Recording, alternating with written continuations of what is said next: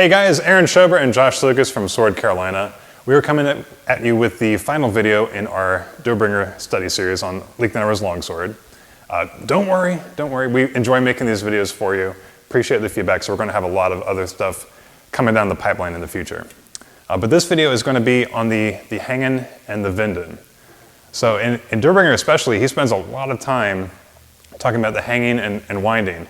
He starts his manuscript with this in the opening section. He spends a lot of time talking about just the concepts of it, the principles of it, and then he ends it talking about the hanging and the winding too. So it's almost like bookends. And he really describes these two principles as really like the foundation and the core of the whole art. Because when you think about it, every technique we do has something to do with the hanging and the winding. So the hanging being the plow and the ox guards. All right, if I'm winding onto my defense, or if I'm cutting into an attack, setting up a thrust, working from the bind, we're using our hanging. When we're moving from one hanging to another, this is the winding. And so if I'm moving just on a defense, or if I'm coming in with an attack, I'm going from one hanging to the other. So the winding is something that encompasses all of the techniques. And every wind can be done with an attack. It can be done with a cut, or a thrust, or a slice. And so when you talk about the hanging and the winding, it encompasses all the other techniques. So we have a lot of people ask, like, what's the difference between a wind and a dupleren? It's like, well, the dupleren is a kind of wind. There's a very specific example of it. So as far as like the principle of it, everything that we do in the art has to do with the winding and the hanging. But he does offer, in the Dobringer manuscript and some of the sister manuscripts, they do offer a few specific examples in this section, so you're still learning some new stuff. So really the hanging and the winding are something that you've done with almost all the techniques that are covered in the manuscript up to this point. So it's very conceptual when it comes down to it, but one of the things in the manuscript a number of times says to remain calm. So one thing that brings up is what's called the Sprechfenster, and it's the speaking window. And really what you're trying to do is allow your opponent to tell you what they're doing next. And this is where fooling comes into play. This is where the feeling of the blade and trying to react in des with the correct response and technique. So it can be done really from the bind. And what I'm looking for is when we come into the bind, I can feel Aaron's blade, and I can feel the pressure that he's applying to it. It's something to where if Aaron leaves the bind, I would want to do something like an obname. So I would do a winding into one of my hanging. We getting it? So I do a winding into a hanging to respond to what he's doing. So we're here in the bind, he's leaving the bind. I feel his sword is gone now. I wind to both defend and attack at the same time. So that would be a proper response in the moment. If we're in the bind and Aaron is not pushing my blade, he's just kind of there. I can feel that it's there. He's in the bind, but he's weak.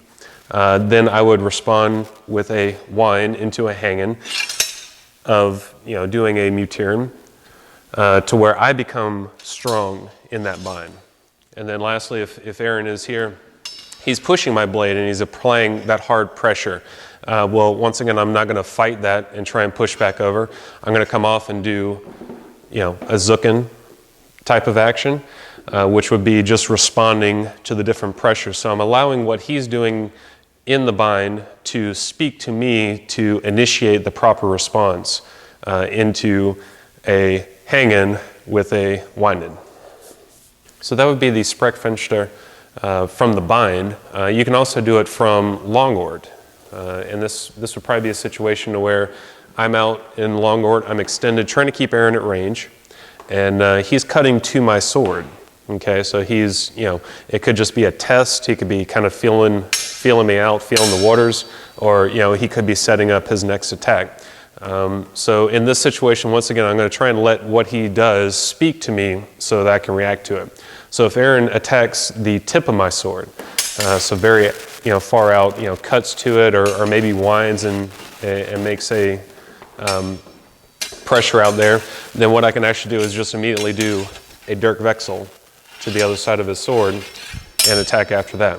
If Aaron ignores the point and cuts more towards me, right, maybe trying to step offline, something like that, then I would immediately wind up into a hang-in to respond, keep my point online.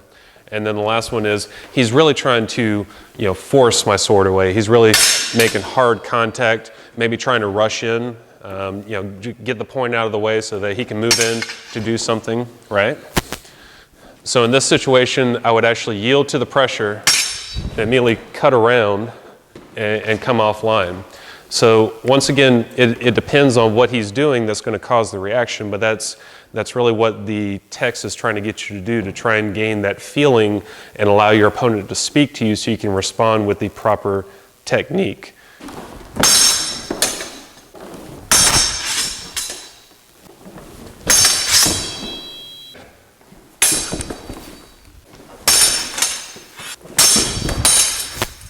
All right, guys, thanks for watching this video. Thanks for watching the series.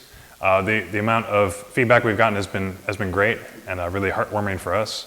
We've enjoyed making these videos, and we're going to continue to make them. The next couple of weeks, we're going to be preparing for our first event, Studying Steel, so don't expect a whole lot of videos between now and then, but we will be coming out with more. I really enjoy teaching. We enjoy putting these videos together. So feel free in the comments to offer suggestions on the kinds of things that you would like to see. I know that just in our school here, we do work a bit with the dagger, we work a bit with the ring-in, some sword and buckler, some other stuff as well. So feel free to comment with some of the stuff you'd like to see, and Or more longsword. Or more longsword. We only scratched the surface. These have kind of been the cliff notes of the longsword. So there's a lot more to come. So we will come at you again very soon. Thanks.